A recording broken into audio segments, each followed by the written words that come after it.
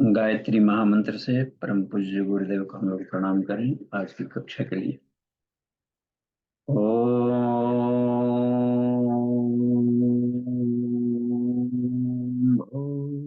भुवः स्वः तत्सवितुर्वरेण्यं भर्गो देवस्य धीमहि धियो यो नः प्रचोदयात्। जी प्रणाम। आज का विषय है श्रीमद् भागवत गीता का 5वां अध्याय और उसमें से शुरू के 1 से 15 तक के श्लोकों को हम लोग उस पर थोड़ा आज विचार करेंगे। विचार मंथन से कुछ गुत्थियां सुलझती है, कुछ और भी विषय सहज होता है, सरल होता है। तो उस परिप्रेक्ष्य में हम लोग देखेंगे कि आज के व्यवहारिक जीवन में उन सूत्रों से हम कितना लाभ ले सकते हैं और उसके कंसेप्ट को थोड़ा और सरलीकरण किया जाए। पूरी गीता कहाँ युद्ध भूमि में सुनाई गई है, तो युद्ध भूमि को केवल हम लोग एक प्रसंग भर न वहां पर समझें कि अर्जुन के लिए खास मौके पर वो केवल कही गई। हर कोई की अपनी जो ड्यूटी है, कार्य क्षेत्र है, वही युद्ध क्षेत्र है। और श्री कृष्ण हमें एक समष्टि चेतना मार्गदर्शन करती है कि अपने अपने ड्यूटीफुलनेस को हम किस तरीके से करें कि वह हमारी अगली यात्रा भविष्य उज्ज्वल हो और हम कर्म के बंधनों में नहीं पड़े और ड्यूटीफुलनेस को निभाने में आलस्य भी ना आवे, अकर्मण्यता भी ना हो और हम उसके पूरा का पूरा उसका लाभ लेने जीवन के सुदेश हो जाए। ठीक है, तो आज 5वें अध्याय को कहा जाता है कर्म संन्यास योगो नाम पंचम अध्याय। कर्म संन्यास योग, जैसे संन्यास शब्द का पहले लोग विरक्ति वैराग्य परक अर्थ लेते थे। संन्यास का अर्थ है वैराग्य परक अर्थ लिया जा सकता है, लेकिन यहाँ पर वैराग्य शब्द आज के समय में उस तरीके की व्याख्या से थोड़ा और भी थोड़ी सी व्याख्या की परिधि को बढ़ाना पड़ेगा चिंतन। संन्यास का अर्थ होता है आत्मानुसंधान। तो आत्मानुसंधान करने के दो तरीके हो सकते हैं। एक तो जो बिजी लाइफ में है, घर परिवार जिम्मेदारियां हैं अभी, और बाल बच्चे उनको पढ़ाना लिखाना, कुछ गृहस्थ जीवन में प्रवेश, या फिर अभी विद्यार्थी जीवन में हो या गृहस्थ आश्रम में हो, तो वो गृहस्थ आश्रम का निर्वाह करते हुए आत्मा का अनुसंधान कैसे करें, एक तो ये। तो इसको कर्मयोग शब्द से लिया जाएगा। योग का अर्थ ही होता है कि आत्मा से परमात्मा को जोड़ना, यानी हम आत्मिक विकास करें। जीवन का जो अंतिम लक्ष्य है आत्म साक्षात्कार, ईश्वर साक्षात्कार, वह तो हर व्यक्ति के लिए एक अनिवार्य फैक्टर है, अनिवार्य विषय। एक होता है कंपलसरी विषय, एक होता है ऑप्शनल या उसके सब्सिडरी सहायक विषय। तो सहायक विषय हमारा हो गया गृहस्थ आश्रम, उसको छोड़ा नहीं जा सकता क्योंकि हमारी जिम्मेदारियां अभी पूरी नहीं हुई। तो पारिवारिक जिम्मेदारियां हैं या सामाजिक है, जो लोक सेवी हैं या विभिन्न अलग कैंपस में राजनीति में जुड़े हैं या और कोई सरकारी सेवाएं में या एनजीओज में कहीं पर है, कहीं भी, या जो भी हम अपने को जोड़ रखें, तो एक तो उसमें रहते हुए आत्मा का विकास कैसे करें। और एक वो हैं जिनकी जिम्मेदारियां सीमित हो गई है, जिम्मेदारियां अब नहीं रही, तो वो अपना अधिक समय आत्मानुसंधान में दे सकते हैं। तो उनके लिए कैसे क्या करना, तो उनको कह दिया जा सकता है कि आप अधिक समय आत्मानुसंधान में दे सकते हैं, 24 घंटा दे सकते हैं। उनके लिए स्पिरिचुअल आर्ट ऑफ लिविंग होगा, आध्यात्मिक जीवन शैली, तो वो अधिक निकाल सकते हैं, बिल्कुल रिसर्च में जा सकते हैं, आत्मानुसंधान। ऐसे ही लोग पहले संन्यास आश्रम में घर को छोड़ करके और कहीं जंगल में एकांत साधना भी करने लगते थे। जब तक शरीर चलता था तब तक तो परिव्रज्या का स्थिति में रहते हुए करते, लेकिन वो भी शरीर का एक खास पड़ाव जहाँ की शरीर भी शिथिल हो जाए तो आत्मानुसंधान एक जगह रह कर किया जाए। तो उसके लिए कोई अपना एक कहीं कुटिया आश्रम वैसे बना लेते थे, या आश्रम न सही तो कहीं बना बनाया कोई गुफा मिल जाता है कोई वैसा, इनकी छावत तो वहाँ अधिक से अधिक कंदमूल फल अपने भोजन की आवश्यकताओं को भी कर लिए कम, उसमें कर सकते। तो अब है कि उस तरीके की प्रक्रिया हम विद्यार्थी जीवन में और घर परिवार में रहते हुए उतना समय नहीं निकाल सकते।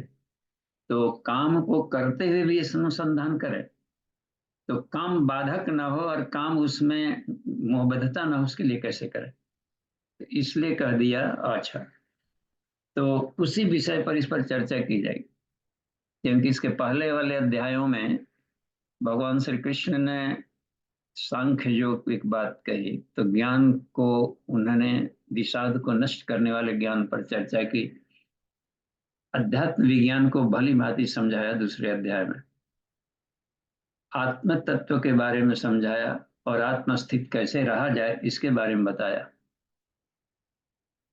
आत्मा के क्रम में न जायते मृत्यवा कदाचित, आत्मा न मरती है न जन्म लेती है, नायम भूतवा भवितावान भूय अजो शाश्वत अजो शाश्वत एवं उसमें कहा, और न हन्यते हन्यमाने शरीर है, तो वो पुरातन है, अजन्मा है, न कभी मृत्यु होती है। तो आत्मा के बारे में उसकी जानकारी दी, और कैसे हम आत्मस्थित हों, अस्थित प्रज्ञता के बारे में बताया और कुछ साधनाएं भी बताई। ठीक है, और बिना उसके हम जिम्मेदारियों का निर्वहन करते हैं, युद्ध क्षेत्र अपनी ड्यूटी फुलनेस में रहते हैं, किसी में तो हो सकता है कि मोहबद्ध हो जाएं और उसकी क्रिया की प्रतिक्रिया में फंस जाएं। तो उसी में एक बात आई थी, तो थोड़ा सा रिकैप लेना पड़ता है विषय में आने के लिए। ये कैसे कर्म करने की शैली बताया, जो कि आज के पदार्थ विज्ञान के लिए अजूबा है। संसार में हम कोई भी क्रिया करते हैं तो इसमें आती है पहले की क्रिया की प्रतिक्रिया होगी। तो कृष्ण ने एक ऐसा भी उपाय बताया कि क्रियाएं हो लेकिन उसके रिएक्शन से पाप पुण्य का साधक पर न हो, व्यक्ति पर। नेहा विक्रमणाशोस्ति प्रत्यवायो न विद्यते। देखिए, क्रिया होगी, बाहर के लिए परिणाम आएगा, लेकिन उसका उतना ही विपरीत प्रक्रिया करके साधक को परेशान नहीं करेगा। तो वो वहां पर एक बात बताई थी उन्होंने, और उसको कैसे करी, एक नई अजूबा शैली दिया इन्होंने, जो इसके पहले इस तरीके की बातें नहीं मिलती थी। गीता में कृष्ण के उपदेश से यह मिली कि कैसे हम जिए, अनासक्त कर्म जो कि उसमें एक बात आई थी, तो उसकी महत्ता बताया। ठीक है, उसके बाद में कर्मयोग की भी महत्ता बताया उन्होंने, क्रम में ज्ञान कर्म संन्यास योग की फिर चर्चा किया, उसमें ने ज्ञान की महत्ता को बताया कि कर्मयोग से भी ज्ञान योग के कि जितने भी कर्म होते हैं संसार में उसका विलीनीकरण ज्ञान में ही होता है, और ज्ञान सृष्टि की सबसे पवित्रतम वस्तु है, न ही ज्ञाने न सदृशम पवित्रम यह विद्यते आई। यहाँ तक भी कह दिया था अर्जुन से कि हे अर्जुन, जितने भी हमारे क्रियमाण कर्म हैं जो अभी करना है अपने भाग्य निर्माण का, वो जो हमारे प्रारब्ध के भी न जाने कितनी बड़ी पूंजी होगी जिसको हमें भोगना है, इसके अलावे जो भी संचित कर्म पड़े हुए अनंत जन्मों का, वो जब तक से नष्ट नहीं होंगे तो जरा मरण की श्रृंखला समाप्त नहीं होगी। और नष्ट भी होता है तो आत्मज्ञान की अग्नि से वो भी आ गया था पिछले वाले अध्याय में, ज्ञानाग्नि सर्व कर्माणि भस्मसात् कुरुते। तथा तो उसमें आता है कि अर्जुन उदाहरण दिया था कि समिध अग्नि, प्रज्वलित अग्नि सभी समिधाओं और हवन सामग्रियों को जैसे भस्म कर डालती है, तो शरीर के भीतर में एक कुंडलिनी शक्ति है जिसको हम आत्माग्नि कहते हैं। वह हमारे सारे क्रियमाण प्रारब्ध और प्रारब्ध को भी भस्म कर डालती है। और उस अवस्था में हम बिल्कुल फ्रेश हो जाते हैं, तो कोई क्रिया प्रतिक्रिया भोगने की स्थिति नहीं है।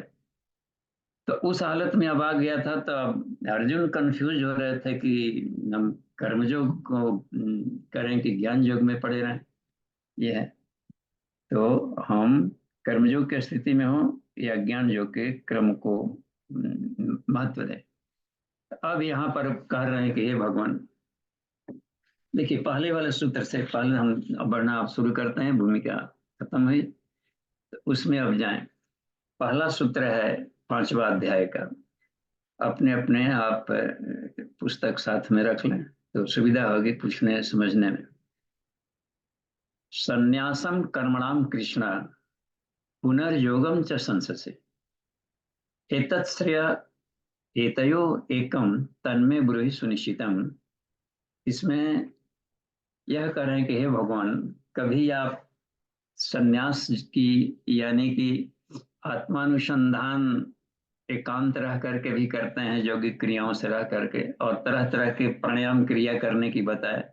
चौथे अध्याय में यह आ गया था कि विभिन्न यज्ञ, कुछ योगी लोग आत्म संयम करके विषयों के अपने में इंद्रियों में आहुति डालते हैं, कुछ इंद्रियों के संयम करके यज्ञ करते हैं, कुछ आत्मा को परमात्मा में अग्नि में आहुति डालते हैं, कुछ लोग प्राणायाम करके तो प्राण में अपान की आहुति, अपान में प्राण की आहुति, और इस तरीके से। तो कुछ लोग द्रव्य यज्ञ करते हैं। सभी तरह के द्रव्य यज्ञों में ज्ञान यज्ञ श्रेष्ठ है करके कह दिया। सभी तरह के जितने भी द्रव्य यज्ञ होते हैं, सकल हवन कुंड वाले, उन सब से ज्ञान यज्ञ श्रेष्ठ है। तो आप उसकी इतनी महत्ता बता देते हैं, तो कभी कह देते हैं कि कर्मयोग श्रेष्ठ है। अब हम कंफ्यूज हैं, संशय में आ गए, ये हम कौन सा रास्ता अपनाएं। तो हमारे लिए क्या उचित है, देखते हैं। मैं शब्द का प्रयोग है, एतत् श्रेयम, इसमें थे यत् श्रेयम, इन दोनों में से जो बढ़िया है, बेहतर है, एकम तन में, उसको मेरे लिए। देखिए कृष्ण उनके मित्र थे, और अपने कहा कि आप हमारे गुरु भी हैं, तो आप हमारे स्थिति को जानते हैं। तो गुरु के पास शिष्य लोग जाते हैं, तो शिष्यों के बैकग्राउंड पूछते हैं कि कहो कि आपकी क्या कामना है, क्या चाहते हैं बेटे, कैसे क्या करना है, घर परिवार में जिम्मेदारियां हैं। तो किसी को सलाह देते हैं कि आप घर परिवार का निर्वाह करते करें, किसी किसी को बुला लेते हैं, जिम्मेदारियां काम आप यहाँ रख कर खाकर काम करें। ये है सो। तो वो पूछ रहे हैं कि आप हमारे लिए क्या उपयुक्त है बताएं। ऐसा नहीं कि सभी लोगों के लिए उपयुक्त है। पात्रता के आधार पर साधना का निर्धारण करता है गुरु। तो उनकी पात्रता को देखे कि किस तरह की थी, कितना जुनून था, और भी उनको तरह तरह के गांठ और संकल्प ले लिया था। द्रौपदी की चिरण वगैरह समय के देखिए, उसके मन में गांठ थे कि इसको हम हर हालत में ये करेंगे, बदला लेंगे, क्या करेंगे, ढेर सारे संकल्प भी लेकर के आए हैं, उसको भी पूरा करना, वचन का देना। प्लस अभी साधक की वो स्थिति नहीं आई है कि पूरी तरह से संसारिक के जो लगाव है, चिपकाव है, मोह है, उसको हल्का किया गया हो। उस स्थिति में ऐसे साधकों के लिए बता रहे हैं अब यहाँ पर कर्मयोग को इनके लिए चयन करते हैं कि आपके लिए सबसे श्रेष्ठ होगा कर्मयोग। अब देखिए इसमें यह बता रहे हैं, दूसरे वाले अध्याय को देखा जाए, दूसरा वाला दूसरे के अध्याय ने दूसरा इसमें से सूत्र देखते हैं। तो ये दूसरा, ये आ गया, ये दूसरा सूत्र देखिए, ये संन्यास कर्मयोगश्च, संन्यास कर्म योगश्च निःश्रेयस करो उभौ। कहा कि संन्यास योग है, संन्यास भी एक योग है, संन्यास योग, कर्म भी योग है। संन्यास भी हमें आत्मा की उपलब्धि कराएगा, कर्मयोग भी आत्मा को उपलब्धि कराएगा। तो ये दोनों ही कल्याणकारी है। तयोस्तु कर्म संन्यासात कर्म योग विशिष्ट है। फिर भी हे अर्जुन, कर्म संन्यास से कर्म योग सरल है, वो श्रेष्ठ है आपके लिए। जो लोग गृहस्थ आश्रम के जी करके जीवन के सारे अनुभवों के ले लिए, उनके लिए तो सरल पड़ सकता है। और आत्मानुसंधान जिनकी जिम्मेदारियां हैं, अभी उसके उसके वैराग्य पर लाभ नहीं मिला हो, उसमें आया था ना दूसरे में कि विषया विनिवर्तत निराहारस्य देहिनः। तो विषयों को हमने छोड़ दिया और विषयों की आसक्ति बनी रही, अपने संन्यास में कूद गए, तो उनको दिक्कत है क्योंकि दिमाग में उसकी आसक्ति बनी हुई है। ये देखिए, दिमाग में आसक्ति बनी हुई है, तो कहा कि वो आसक्ति केवल विषयों को छोड़ देने से बात नहीं बनेगी। दिमाग में जो संसार के प्रति जो लगाव था, एडिक्शन था, चिपकाव था विभिन्न तरह के कामनाओं का, उसको यदि ज्ञान से हल नहीं किया गया है, परम दृष्टवा निवर्तते, आत्मज्ञान के द्वारा, ज्ञान परख के द्वारा सलूशन नहीं किया गया, तो उनके लिए टफ होगा। क्योंकि सीधे चले जाएंगे आत्मानुसंधान में, तो घर की बनी रहेगी, बातें याद आएगी। दुर्गा सप्तशती में भी देखा जा रहा है कि राजा सूरत चला गया था घर परिवार छोड़ करके, लेकिन जंगल में तो गया था आत्म साधना करने, और दिमाग घर में अटका हुआ था। घर की बात बात में याद आ रही थी, तो वहां पर एकाग्रता नहीं बन पाई। तो यही पर इसमें बता रहे हैं कि यदि हमको लाभ पाना है, तो कर्म करते हुए यदि हम अनुभव इकट्ठा करें, तो आत्मज्ञान सरल हो जाता है। अच्छा, जो व्यक्ति का अनुभव नहीं हो, चल पड़ा है, तो उनके लिए आत्मानुसंधान करना कठिन होगा। तालाब से बाहर रह करके तैराकी सीखना कठिन है, तालाब में रह करके तैराकी सीखना आसान है। करने से होता है क्या कि अनुभव मिलते हैं। अच्छा, आत्मज्ञान पा लिया, जैसे मान ली कि नैनम सिद्धंति सस्राणि नैनम दहती, पाव का आत्मा के बारे में जान लिया, और यहाँ कोई बात बोला तभी दिमाग में चुभ गया कि उसका बात ऐसा बोल दिया, सर दिमाग में चुभ गया। अब एक साधारण सा आवाज इनको इनको घायल कर दिया। तब ये बात है कि तन्मात्रा साध नहीं किया था, तो निवृत्ति से प्रवृत्ति की ओर संसार में। तो जो भी ज्ञान पाया गया है वो पकता है कब? जब कर्म किया जाता है, कर्म प्रैक्टिकल किए जाते हैं। तो प्रैक्टिकल करके अनुभव पाना सरल है, बशर्ते कि बिना प्रैक्टिकल के केवल ज्ञान पाए। इतनी सी बात इसमें स्पष्ट समझ में आ रही है कि कोई भी व्यक्ति हो, छात्र, एक है केवल थ्योरी थ्योरी जानता है, और एक है कि थ्योरी को प्रैक्टिकल करके अनुभव पाया है, तो इसको सरल हो जाता है पाना। केवल सीखा हुआ ज्ञान यह दिक्कत कर सकता है या पकेगा नहीं। तो इसके लिए इसको श्रेष्ठ कहा कि ज्ञान परक अनुभव हो, प्रैक्टिकल परक अनुभव हो, अर्जुन, तो वो जल्दी भी हो गया और श्रेष्ठ होता है। वो उसका अनुभव बहुत मेच्योर्ड होता है, क्योंकि वैसा जिया है वो जीवन।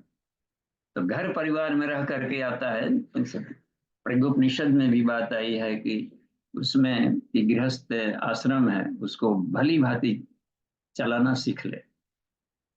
दिव्या प्रयोगशाले, एक एक दिव्य लेबोरेटरी है गृहस्थ जीवन, जिसमें है तन मनुष्य। उसमें कहा है कि उसमें मनुष्य के निर्माण की फैक्ट्री है। आत्म विकास भी किया जा सकता है, और समाज को एक सुयोग्य नागरिक पैदा करके दे सकते हैं गृहस्थ आश्रम।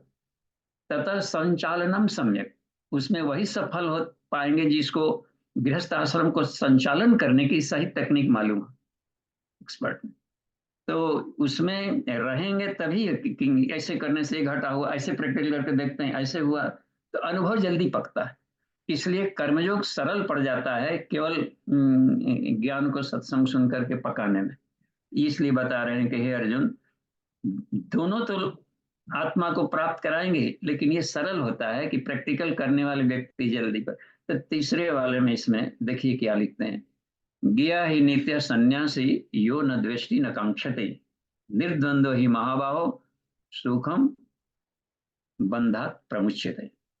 तो ये बता रहा है कि जो योगी है, मान ले कि वो सन्यास में वो हो, या फिर जा करके गृहस्थ आश्रम यह करेंगे, कि जो न द्वेष करता है न कांक्षते, कांक्षते माने कामना करता है। मतलब कि सामने कोई भी परिस्थिति आ गई, कोई भी ड्यूटी आ गया, जो भी, तो वो भी उसको एलर्जी पैदा ना करे, न उससे और न हमें चिपकावे, तो कामना भी ना करें।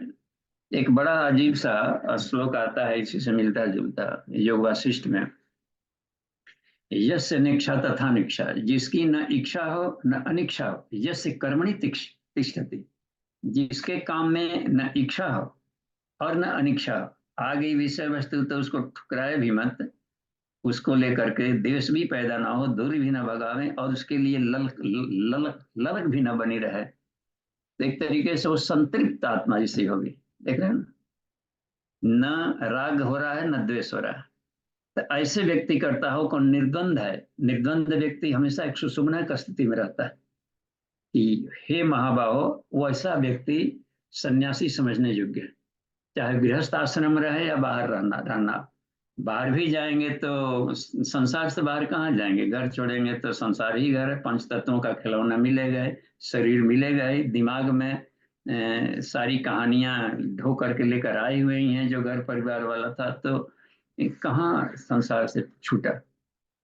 अब है कि ये जो बात बता रहे हैं कि न दृष्टि न कांक्षते, ऐसे साधक, ऐसा व्यक्ति कहीं भी रहता हो, गृहस्थ आश्रम में, वह हमेशा सन्यासी समझने योग्य है। और वह सुख पूर्वक, हे महाबाहो, वो सुखम उसमें हो जाता है, वो सुख में प्रवेश कर जाता है। देखते हैं इसमें जो सुख बात कही गई है, तो ये देखिए हमारे पास स्क्रीन पर खोले हुए हैं एक, तो देखिए उसमें दिक्कत पड़ रही है, मोबाइल में हम उस बात को निकाल लेते हैं, उस लोग साथ में रहेगा तो बढ़िया है। और ये देखिए चैप्टर 5 अदर्स, यहाँ गए और इसमें आ गया। देखिए ये जो आपका आ गया है, ब्रूहि सुनिश्चितम श्रेयस्कर भवो, दूसरा तीसरे वाले में सुखम प्रविशन्ति, इसमें था सुख पूर्वक संसार के बंधन से मुक्त हो जाता है। तो उसको न अटैचमेंट हो न डिटैचमेंट हो, ये बहुत है, एलर्जी नहीं होनी चाहिए किसी तरह का। तो ये भी प्रैक्टिकल से ही आएगा, इसमें कहीं पर भी कंफ्यूजन हो तो हम लोग क्रॉस क्वेश्चन कर सकते हैं। तो इसमें आपको देखेंगे, आगे चलते हैं। तो या हम आपको इसमें, तो अगला वाले सूत्र है चौथा, देखिए एक गजब का सूत्र है, बड़ा कॉमन सूत्र है चौथा वाला, सांख्य योगो पृथक बाला प्रबंधन्ति न पंडिता। हे अर्जुन, सांख्य और योग में जो अंतर करते हैं वो बालक, पंडित नहीं। सांख्य यानी ज्ञान में और कर्म योग में, तो ज्ञान योग से भी वही परिणाम मिलेगा जो कर्म योग से मिलेगा, क्योंकि कर्म कर रहे हैं तो अनुभव बढ़ रहा है, अनुभव को ही ज्ञान कहते हैं।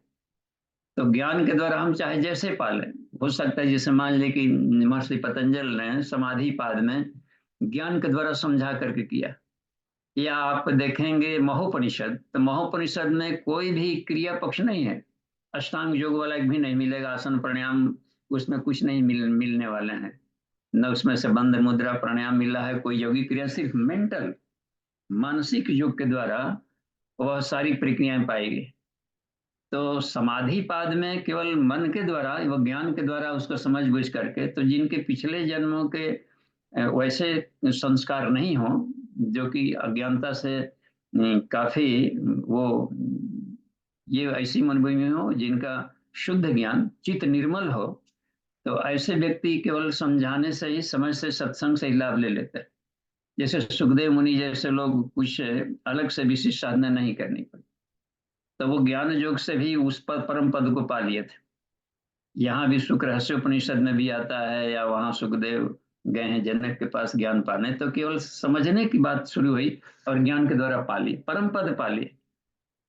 तो उस स्थिति को कर्मयोगी भी पाएगा, पालेगा उसी स्थान को।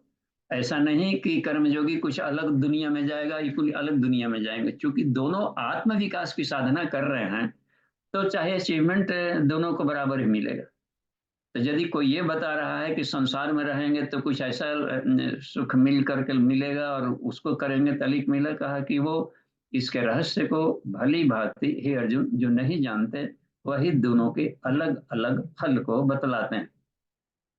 क्लियर बात है कैसी भी तरह से, तो हमें उस डेस्टिनेशन को पाना है जैसे पाओ। तो जिनके हठीले कुसंस्कार होते हैं उनके लिए अष्टांग योग या क्रिया योग आ जाता है कि आप थोड़ा सा और मेहनत कर लें।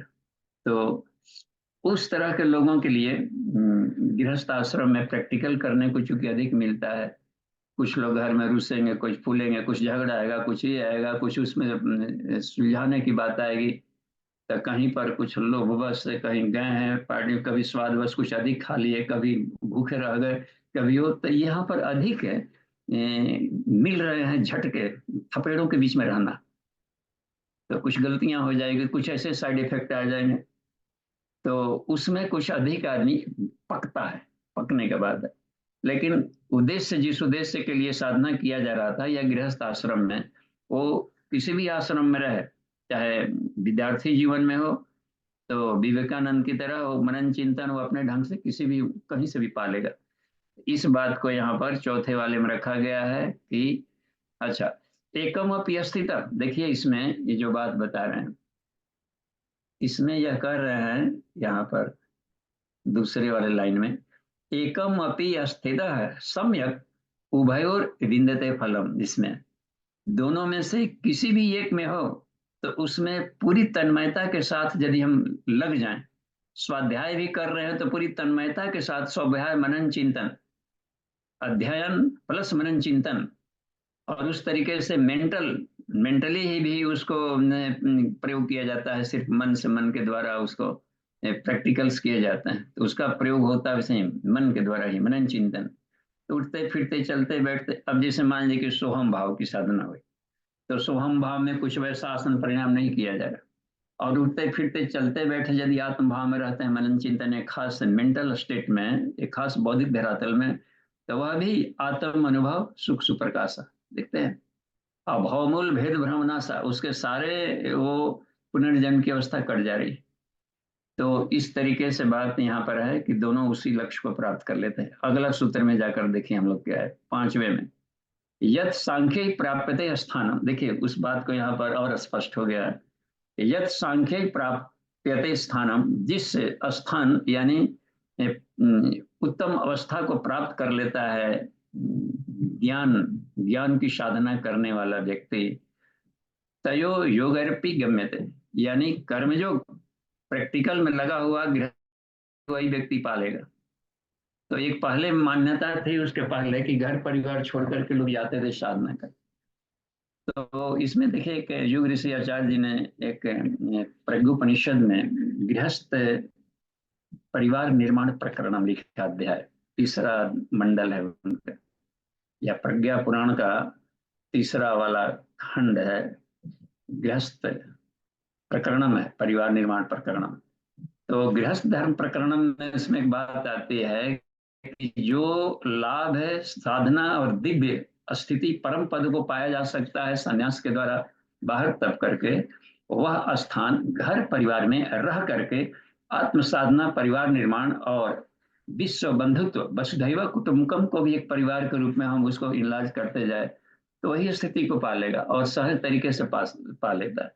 वृद्ध निर्माण प्रकरण, घर में वृद्धों के साथ अपना कैसे, उसके साथ क्या, अपने से छोटे अपने से बड़े, या ये वस्तुओं के साथ में सब साधनाएं उसमें बताई गई गृहस्थ में रह करके। तो यही बता रहे हैं कि जिस स्थान को सांख्य प्राप्त कर सकते हैं ज्ञान योगी, स्थानम तद योगैरपि, गृहस्थ धर्म में रहने वाले, कर्म योग में काम करने वाले, अपने ड्यूटीफुल जो भी जिनकी जो ड्यूटियां हैं, नौकरी चाकरी, बाल बच्चा उत्पन्न करते हुए, खेती बाड़ी उत्पन्न करते हुए भी उसको पाया जा सकता है। लेकिन एक खास मनोभूमि से काम किया जाए तब वो आगे आई चलेगी, बात इसमें आएगी, क्लियर होगी।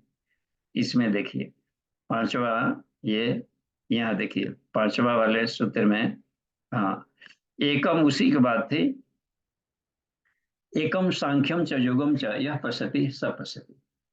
इसका मतलब होता है, कह रहे हैं कि जो साधक या जो व्यक्ति जो तत्ववेता इन दोनों को देखता है एक ढंग का, वो सही देखता है, वो उसके सही चिंतन की प्रणाली चल रही है। छठवां में देखिए एक बहुत काम के, संन्यासस्तु महाबाहो दुखम आप्तुम अयोगतः। यहाँ पर है, योग युक्तो मुनिर ब्रह्म न चिरेणाधिगच्छति। यहाँ पर कि संन्यासस्तु महाबाहो दुखम, ये बता रहे हैं कि यहाँ पर कहना है, अपने भी सोच करके देखिए, बिना प्रैक्टिकल वाला लाइफ जिए हुए कोई व्यक्ति इसमें चल सक जाता आगे, तो हमारे पिछले जो मानसिक आसक्तियां हैं, जो चिपकाव है, वो खत्म नहीं होते। इसलिए जरूरी है कि उसको सॉल्व करने के लिए हम गृहस्थ आश्रम में रह करके तन्मात्रा की साधना करें। रूप रस गंध शब्द स्पर्श से जो चिपकाव बनता हुआ था, वो बाधक बनता है रिसर्च में, काम करने में। यहाँ तक कि स्वाध्याय में विद्यार्थी भी देख रहे होंगे कि किसी से मन में एडिक्शन है कोई चीजें, और हम पढ़ने लगते हैं तो वही बातें दिमाग में बार बार आती है इसमें। तो इसलिए कह रहा है कि उसको बड़ा दुख है प्राप्त करने में। दुख मतलब कि थोड़ा सा उसमें बहुत जद्दोजहद करना पड़ रहा है, दिमाग को उसको बार बार हटाना पड़ता है। यहाँ तक कि हम लोग ध्यान भी लगाते हैं पूजा पाठ साधना में, मंत्र जप वगैरह में, तभी मन बार बार भागता है उधर जहां से सुख मिला हो, या फिर जहां पर उसको सुख प्राप्ति में कोई रुकावट आई हो। देख, तो ये डिस्टरबेंस करता है, इसलिए दुख इस पाने में थोड़ा दिक्कत आती। तो इसलिए कहते हैं योग युक्त निर्ब्रह्म न चिरण। लेकिन जो प्रैक्टिकल करते हुए ज्ञान युक्त प्रैक्टिकल, इसमें बताएं, योग युक्तों का मतलब होता है स्थित प्रज्ञता में रहते हुए या ज्ञानात्मक। देखिए, मुंडको उपनिषद की एक बात याद आएगा इसमें। उसने कहे कि नायम आत्मा बलहीने न लभ्यो न प्रमादात, बलहीनों को नहीं मिलता, न प्रमादियों को मिलता है आत्मा, और न वापी अलिंगात तपसा। तो उसमें कोई कर्म भी हम कर रहे हो और ज्ञान रहित कर्म कर रहे हो तो भी नहीं मिलेगा उसमें। केवल प्रैक्टिकल कर रहे हैं, उसको उसमें ज्ञान नहीं जुड़ रहा है। अब जैसे मान लीजिए कि हम कुंडलिनी जागरण का एग्जाम्पल लें, तो कोई साधक कुंडलिनी जागरण कर रहा हो और मूलाधार चक्र को जैसे जगा रहे हैं, उसमें शक्ति चलने लगा, तो केवल क्रिया पक्ष हो रही है, तो उसका परिणाम नहीं आएगा। आएगा थोड़ा सा लाभ मिलेगा, मस्कुलर वहां की मांसपेशियां थोड़ी स्ट्रोंग होगी और थोड़ी सी ऊर्जा निकल कर आसपास का। लेकिन उसका मेंटली मेडिटेशन भी करना पड़ता है। मेडिटेशन को प्राण कहा जाता है कि ऊपर से वैचारिक प्राण आया और नीचे से अपानन ऊर्जा के क्षरण को रोका, तो दोनों मिल करके काम करते हैं। इसको कहा जाएगा लिंगात तपसा, यानी ज्ञानयुक्त प्रैक्टिकल।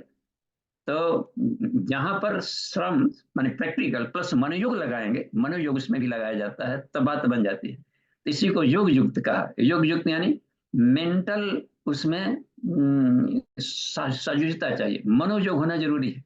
मनोयोग से कोई काम करेंगे तो उसमें रिजल्ट मिलने ना मिलने की संभावना नहीं है। तो इसमें जल्दी मिलता है, तो ना चिरण। चिरण मतलब कि देर नहीं लगता है इसको पाने में।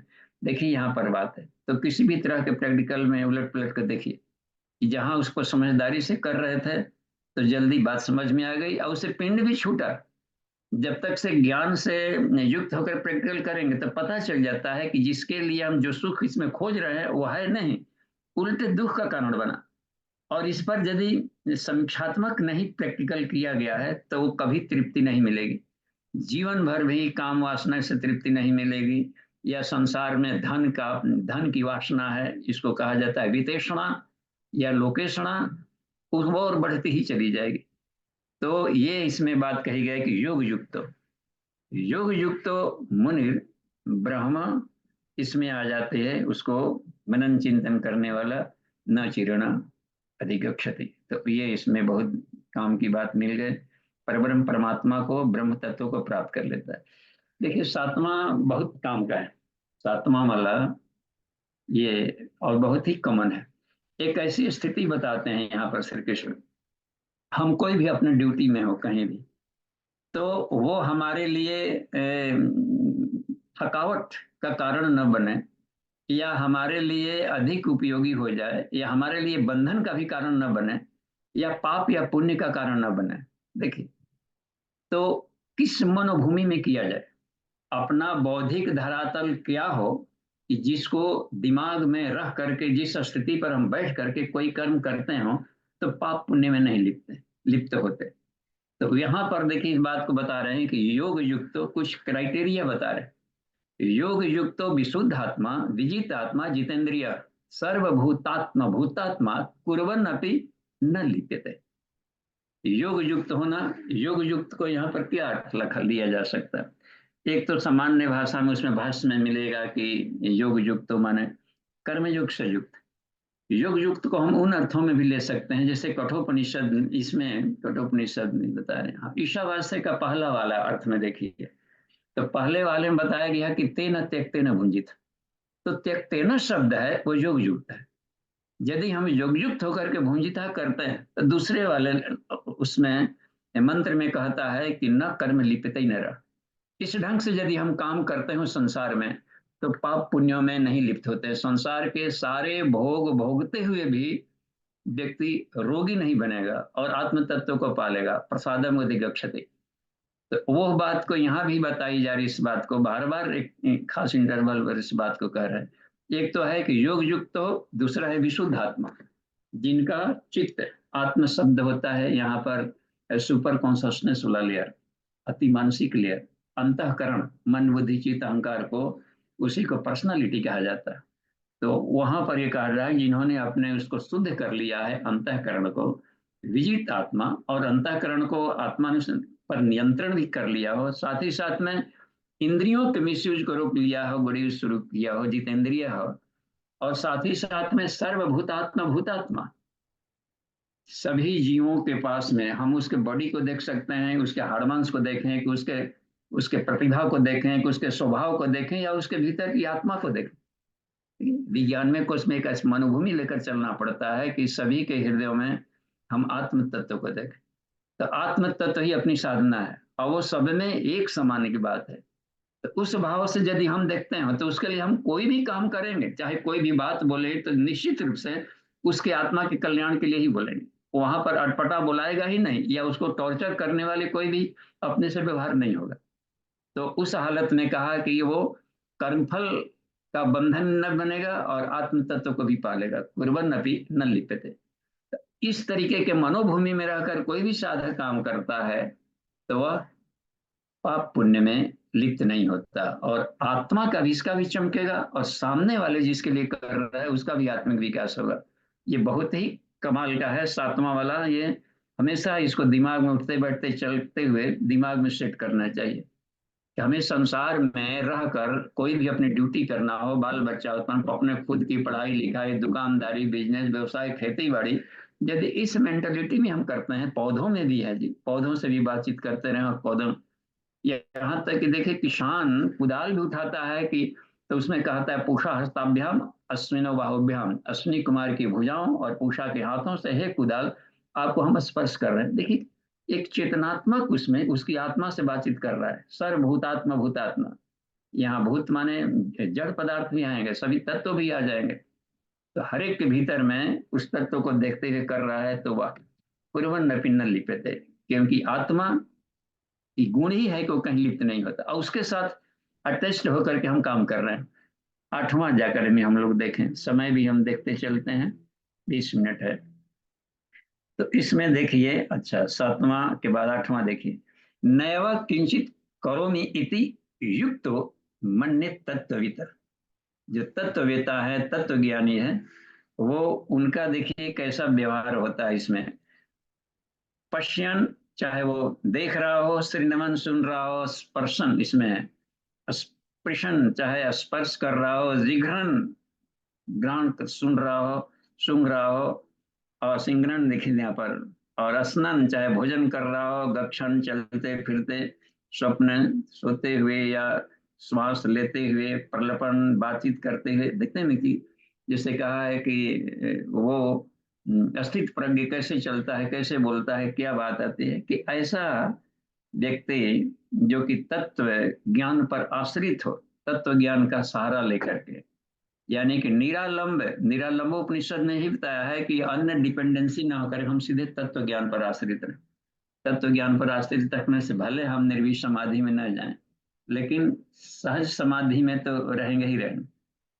तो इस अवस्था में देखिए चलते हुए चंद प्रलपन, बातचीत करते हुए, त्यागते हुए, ग्रहण के ग्रहण करते हुए, आंख बंद करके ध्यान करे तो, या आंख खोल करके करे तो, आंख न मुदु कान न रुदु, कहा कि वो निमिषन निमिषन इसको हम। अब इसमें अपि इंद्रियाणि इंद्रियार्थेषु वर्तन्त इति धारयन्।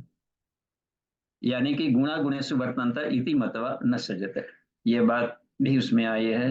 इससे वाले में वो ये लाइन सब आया है उसमें, तो यहीं पर इस बात को करता है। अच्छा देखिए, लिप्त कैसे नहीं होगा, वो बेचारा देख रहा है आंखों में।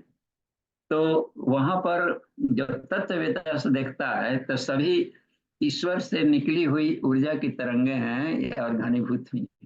तो आत्म तत्व को हर जगह देखता है, क्योंकि ईश्वर को सर्वव्यापी मानकर उसके अनुशासन को स्वीकार कर। जब सर्वव्यापकत्व है तो उसके मौलिकतः में ईश्वर की चेतना को झिलमिलाते देखता है, चाहे वह पृथ्वी हो, अग्नि, वायु, आकाश रूप में, ब्रह्मांड रूप में, तथा सभी तरह के ज्ञानों, सभी कर्मों, सभी अर्थों में भाषमान होते हुए।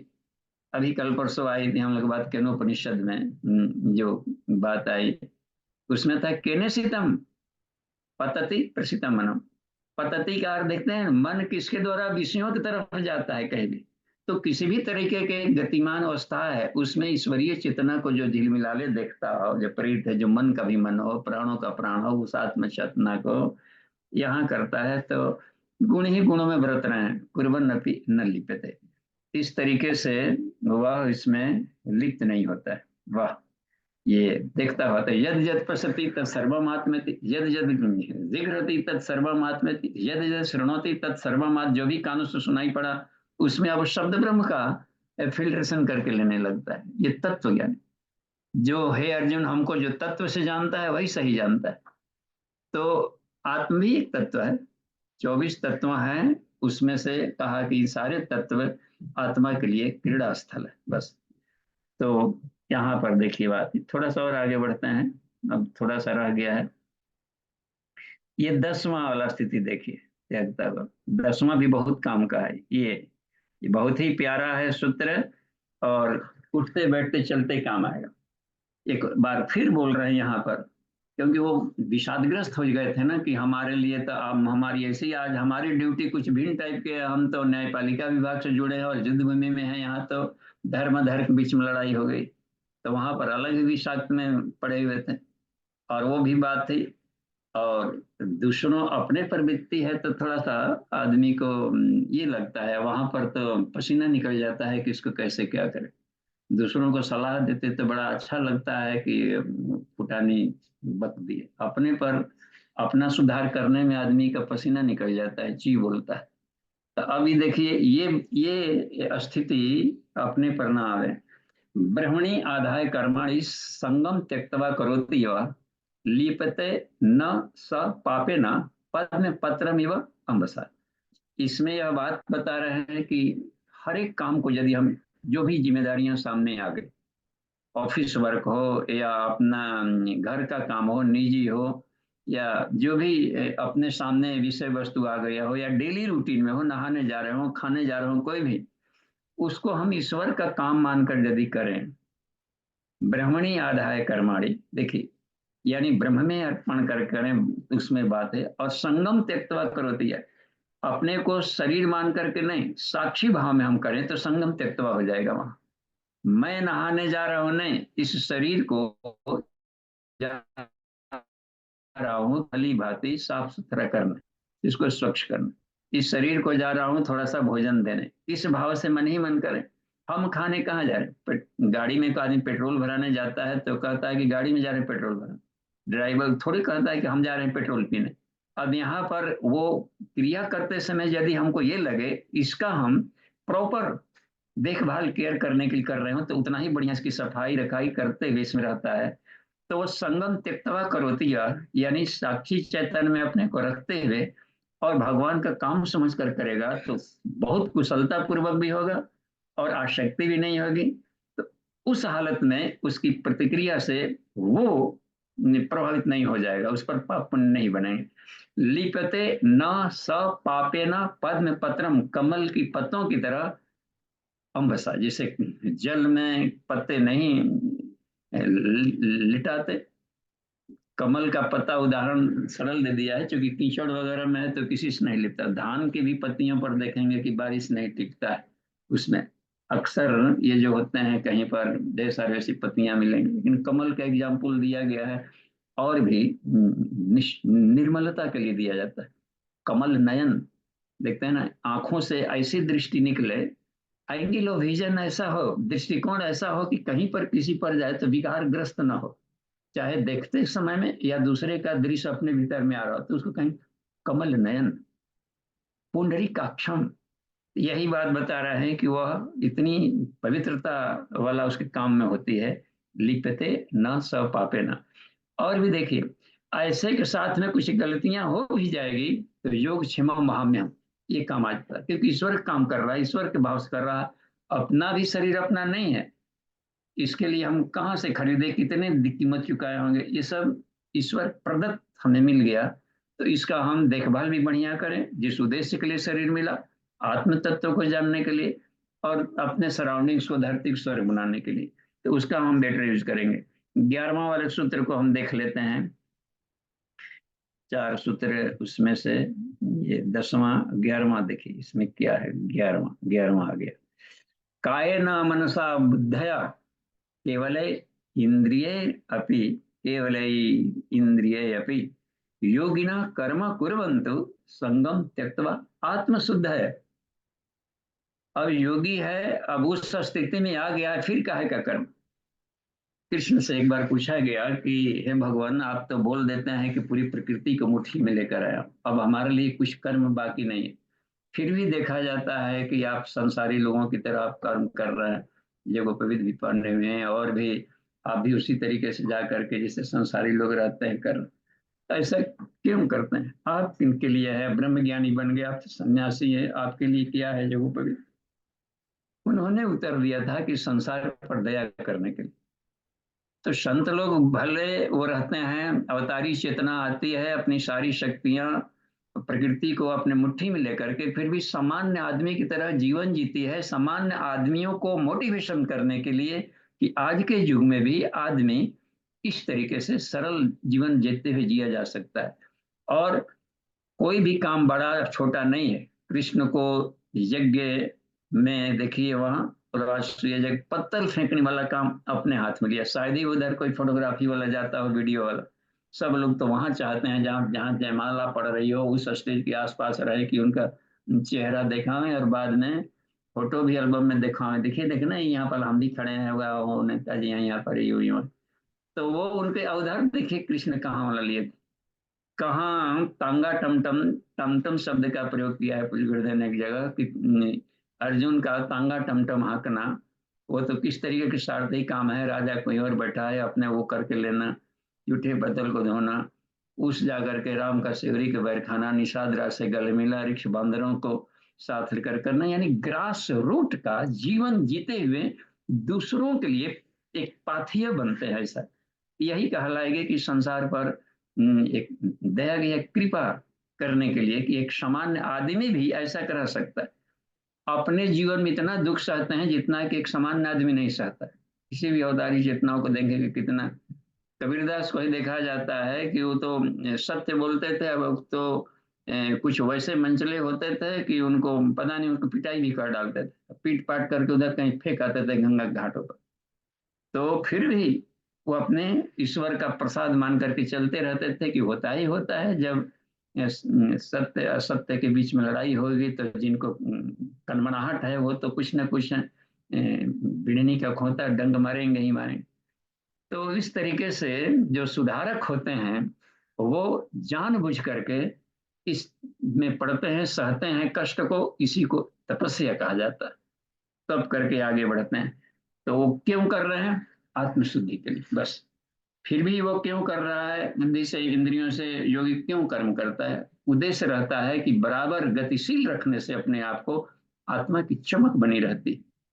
अयज्ञ हतवर्चा, अथर्ववेद का कहना है कि यज्ञ नहीं करते हैं उनका तेज नष्ट हो जाता है। और यज्ञ ये होता है ड्यूटीफुलनेस, गॉडलीनेस, गॉडलीनेस को कह दिया गया ब्रह्मणी अधाय कर्माणी, ड्यूटीफुलनेस कहा गया संयम त्यक्त्वा करोति।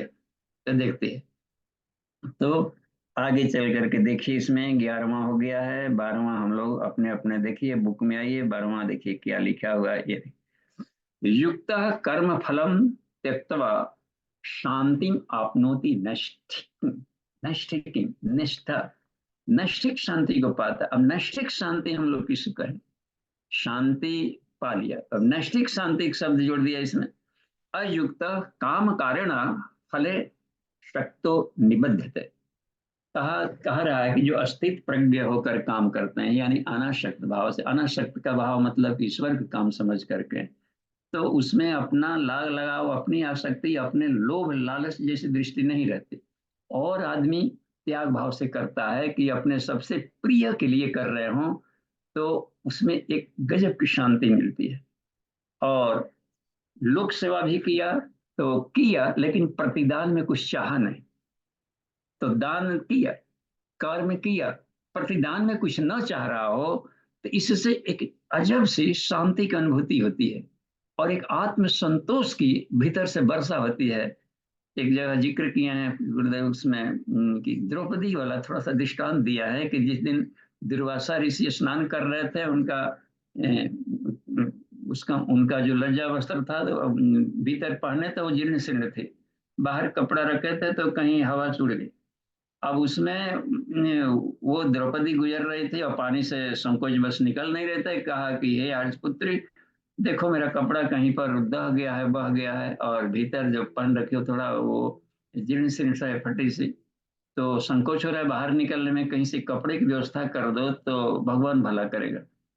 तो उन्होंने अपना देखा कि कुछ है नहीं, तो आंचल में से ही कहा जाता है एक उसमें से छोटा सा टुकड़ा निकाला और दे दिया। तो वहां तो देंगे, लेकिन रास्ते में उसको इतनी शांति फील हो रही थी कि आज हमारा हमने से कुछ बहुत बड़ा काम हो गया है।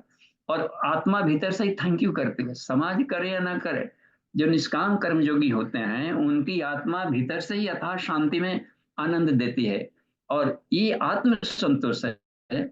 और बाद में तो लोक सम्मान तो मिलेगा ही, और देवताओं की कृपा तो हुई, कुछ ना कोई जो गुजरा लाभ लिया, और लोक सम्मान और उस ऋषि की कृपा, तो वही कृपा थी कि थोड़ा सा कपड़ा दिया था, और जो खुद आपात स्थिति में थी, तो वही कपड़ा कभी दिया हुआ वो लाखों लाख मीटर बन करके इतना बड़ा हो गया था कि लाज बचाने के लिए दौड़ पड़ा था। देखते हैं नारी बीच सारी है कि सारी बीच नारी है कि, इसलिए कहा कि धर्मो रक्षति रक्षिता। तो भीतर से बड़ा आत्मसंतोष होता है। लोक सम्मान मिलना वो तो फ्री में मिलता है, देवताओं की कृपा तो फ्री मिलती है, इसको कहा जाता है नैष्ठिकीम शांति। वाह, एक अस्थाई और एक सुखद शांति की असिद्धि प्राप्त होती है। और वही कामना ग्रस्त होकर जो करते हैं वो फल में अशक्त होकर के बंधनों में फंस जाते हैं, दलदल में गिरते हैं, आगे वो शांति नहीं पाते। अगला जाकर के हम लोग देखते हैं, ये कौन सा है, 13वां वाला देखिए, सर्व कर्माणि मनसा संन्यस्य आस्ते सुखम बसी नौ द्वारे पूरे देही नैव कुर्वन् कार्यम। सर्व कर्माणि मनसा संन्यस्त, मन के द्वारा जितनी भी हमारी क्रियाएं हो रही है उसमें मन से आसक्त चिपकाव ये न रखा। और भी देखिए, आसा आस्ते सुखम, सुख को वो प्राप्त करता है कौन, जिनको अपने मन पर जो वश में है, या अपने अंतःकरण को जो आत्मनियंत्रित साधक है, आत्मानुशासन ईशानुशासन में रहने वाला है ना, ईश्वर को सर्वव्यापी मानकर उसके अनुशासन को स्वीकारें, या फिर आत्मानुशासन में अपने इंद्रियों का मिसयूज रोकेंगे, गुरी शुरू करेंगे, जिस उद्देश्य के लिए मिला है उस उद्देश्य को हम पूरा करेंगे, तो ये कहा जाता है कि वशी। तो इस तरीके से है। और नौ द्वारे पूरे दे, नौ द्वार शब्द इस शरीर के लिए ही आ जाता है, अयोध्या पूरी कह दिया जाता है इसको, युद्ध से जीता नहीं जा सकता। नौ दरवाजे में हम लोग तो देखते हैं जो आउटलेट खुलते हैं, दो आंखें दो कान और दो नाक हो गया, मुंह हो गया, सात ऊपर हो गया, और नीचे के दो अपने आउटलेट होते हैं। तो ये कह दिया गया है कि नौ द्वारों की जो अयोध्यापुरी है, यह जिसको सांसारिक किसी भी तरीके से वर्णों से इसको घायल नहीं किया जा सकता, यदि हम इसको रिफाइन कर लेते हो, स्ट्रोंग बना लेते हो। देही नैव कुर्वन् न कार्यन, न वो किसी से करता है कोई कार्य, न किसी से वो करवाता है, और उसको ऐसा नहीं लगता कि मैं कोई काम कर दिया, कोई बड़ा सा काम कर दिया, या ऐसा वो किसी को ऐसा नहीं करता है कि तुम ऐसा करो, आदेश दो करने का, तो वो करवाते हुए भी कार्य को किया, लेकिन वह भी ईश्वर का काम मान करके कर लेता है। जैसे इसका एग्जाम्पल ले लें, जैसे जामवंत को देखा जाए, तो जामवंत ने हनुमान को मोटिवेशन किया करवाया कि तुम कर सकते हो, तुम्हारा अवतरण ही इसके लिए है, तो उसको आत्मबोधत्व की कहा जाएगी। इन्होंने उसका आत्मबोधत्व करवाया और वह जाकर काम बन गई। फिर भी ऐसा नहीं कहा कि हमने कहा इसलिए किया, नहीं कहते तो नहीं किए। इसका भी देखिए अहंकार नहीं बनना उसको। हमारे बुढ़ापा धन्य हो गया, काम आ गया, ईश्वर के काम आ गया, देखिए इसमें। तो न कि हम कहीं किसी पर आग्रह कर दिया, भार कर दिया हमने ये करने का। तो ये एक दिव्य भाव में वो रहता है, तो ऐसा व्यक्ति क्या करता है, सुखम हस्त, सुख को प्राप्त होता है। अब सुख को, अब ये सुख, किम सुखम, सुख क्या है, कौन से सुख को उसको मिलता है। तो इस सुख की व्याख्या उपनिषद करता है निरालंब के, सुख किसे कहते हैं, कौन से सुख में उसको अस्थित हो जाएगा। तो उसमें कहा गया है कि सच्चिदानंद स्वरूप ज्ञात्वा आत्म स्थिति या सुखम स सुखम, इसमें का। तो जो भी ईश्वर का साक्षात्कार या आत्मानुभूति जो किया हो रहा है, जो अनुभव हो रहा है, उस तरीके के स्वरूप को ज्ञात करके उसको पा करके जो सुख की अनुभूति होती है, उसी को परम सुख कहते हैं। सुख सुविधाओं के विलासिता को सुख नहीं माना इसमें। ये विलासिताएं तो हमें कमजोर बनाएगी और कष्ट देती है, लेकिन वो जो सुख होता है उसको सुख का। तो यहीं पर देख रहे हैं कि ये इस वाले सुख को प्राप्त कर लेता है। 14वां 15वां दो देख लेते हैं हम लोग। 2 मिनट का टाइम रह गया तो एक एक मिनट में हम इसको देखें। 14वां, न कर्तृत्व न कर्माणि लोकस्य सृजति प्रभु। अब ईश्वर के बारे में बताता है, प्रभु के। न कर्म फल संयोगो स्वभावस्त परिवर्तते। ईश्वर न किसी के कर्तापन को या फिर जाकर किसी के कर्मों को, मनुष्यों को वो सृजन नहीं करता है, न कर्म फल के संयोग को। तो हम लोग ईश्वर पर दोष न लगा दें कि भगवान ने उसको धनी बना दिया, उसको गरीब बना दिया, उसको दिमाग को देखिए उसको इतना दे दिया। ईश्वर को इससे कोई लेना देना नहीं। उनका अकर्तुम नाम ही है। तम अकर्तुम पश्यति विदुषो को, उसमें अणोरणीयान महतो महियान आत्मा गुहायाम निहितोष जंतो, सभी के हृदय में वास कर रहा है। तम अकर्तुम, लेकिन वो अकर्ता है। और हमेशा साक्षी चेता है, केवल निर्गुणस्ता, वो साक्षी चेतन में ही रहता है। तो फिर यहाँ पर हमारे कर्तृत्व का, हमारे कर्म फल के संयोगों का कहाँ से मिल गया, स्वभावस्तु परिवर्तित, नेचर प्रकृति है, उसके द्वारा ये सारी क्रिया की प्रतिक्रियाएं होती है। जैसे कि कहीं और भी सुनने को मिलता होगा कि चित्रगुप्त महाराज शरीर में है, होता है ना, कायस्थ कहलाते हैं, काया में स्थित है एक ट्रांसमीटर, मन बुद्धि चित्त अहंकार के अंतःकरणों को चित्रगुप्त कहते हैं। वो गुप्त फोटोग्राफी ले लेता है, जो भी हम सोचते हैं उसकी फोटोग्राफी भीतर ले लेगा और उसी की क्रिया की प्रतिक्रिया भीतर देने शुरू हो जाती है। जहां भी गलत होता है तो ये बातें भीतर से ही कहीं ना कहीं पर ठेस, कोई पाप और प्रायश्चित होता है, भीतर से आत्मग्लानि होने लगती है। ये कौन दे दिया, कौन सुन रहा था, अंतःकरण एक ट्रांसमीटर है भीतर डाला हुआ, वही क्रिया की प्रतिक्रिया देता है, उसको स्वभाव कह दिया गया है, वो प्रकृति का घटक है। तो वो इस तरीके से हम, इस तरीके से यदि हम उसको हम समझते हैं तो वो इसकी द्वारा ये क्रियाएं होती है। यहाँ पर कहना है उसके हम ईश्वर के साथ उसमें कोई लाग लपेट करके उसमें अपने आप को, फिर देखिए अंतिम वाला सूत्र आज के लिए, न आदत्ते, जिसमें देखें इसमें, न आदते कस्यचित पापम न च एव सुकृतम विभु अज्ञानेन आवृतम ज्ञानम ते न मुह्यति जंतवः। यहाँ पर यह बता रहा है कि वो किसी जो ईश्वर है, न किसी के पाप कर्म को, न किसी का पुण्य कर्म को, न शुभ कर्म को ही ग्रहण करता है, यानी वो निर्लिप्त। यानी हमारी आत्म चेतना है जो विशुद्ध आत्मा है। देखिए शरीर में ही दो पक्षी रह रहे हैं, एक विशुद्ध आत्मा के रूप में उसका घटक साक्षी चैतन्य में भी रहने वाला, और एक है जीवात्मा यानी मन बुद्धि के साथ चिपका वाला इसी में। तो चूंकि यत ब्रह्मांड तत् पिंडे, और ब्रह्मांड में है पंच तत्व भी दिखाई पड़ते हैं, और उधर भी मन है, मन से श्रेष्ठ बुद्धि है, बुद्धि श्रेष्ठ प्राण है, प्राण से श्रेष्ठ एक और भी चेतना है आत्म तत्व, और उसके भी भीतर में एक अत्यंत निर्लिप्त परमात्म तत्व। ये देखिए, तो पंचधा नीति इधर भी है, तो पंचधा नेचर में हम कॉन्शसनेस लेयर में भी देख रहे हैं। तो वो इतना वो होता है, कहने मतलब कि निर्लिप्त, कि वो किसी भी तरह से किसी के शुभ कर्मों या किसी के पाप पुण्यों को वो अपने भीतर में लिप्त नहीं होने देता। और लिप्त जो होने लगा उसके सटल में है कि जो आत्म तत्व है, आत्म तत्व में थोड़ी विस्कोसिटी हुई, जैसे दूध से ही छाछ भी बना, दूध में से घी भी निकला है, देखिए दही भी निकला है। और घी कितना हो देर पुराना हो जाए तो उसमें कोई खटास फर्मेंटेशन नहीं हो रहा है, देख रहे हैं उसमें। तो इसी में से, और वही छाछ है कि कुछ दिन छोड़ दे तो इतना फर्मेंटेड हो जाता है कि खट्टा होते होते एसिड बन जाता है कोई रस। लेकिन उसी में से निकला है कि जैविक तत्व है, जो कि पुराना होते हुए भी उसमें कोई दिक्कत नहीं आती है, ना कोई कमी आती। तो ये इसमें जो नेचर बदलाव आया कि हालांकि ईश्वर से उनके उनके से अव्यक्त शक्ति निकाला अपने भीतर से, और जिसको प्रकृति कह देते हैं या रितंबरा कह देते हैं, और उस अव्यक्त शक्ति से फिर आत्मशक्ति वगैरह का सब जीव संज्ञ का निर्माण करने लगे, तो वो आती है तो एक चिपकने वाला स्वभाव की होता है। क्योंकि वो छोटा सा डाइपोल है, जीव है, अविनाशी तो है, लेकिन उसमें है कि एक चिपकने का भी स्वभाव है, भुलकड़ी का एक स्वभाव है। तो उस तरीके से वह मन बुद्धि द्वारा क्रियाएं होती है, अपने पर थोप लेता है, और उस तरीके से वो ग्रहण कर लिया और सुख दुख की अनुभूति करने लगता है। तो यही बता रहे हैं कि कर्मों को अज्ञान के द्वारा ज्ञान ढका हुआ है, इसी से जंतु ये मनुष्य है मोहियति मोहित हो रहे हैं। और आज की कक्षा को हम यहीं पर विराम दे रहे हैं। हम लोग प्रश्नोत्तरी सेशन में आएंगे जी। धन्यवाद, प्रणाम अंकुर जी, अमन जी, नितिन जी, एडमिन, और सभी पार्टिसिपेंट्स को। देखिए कहीं से हम लोग कन्वर्सेशन कर सकते हैं आपस में। जी अमन जी।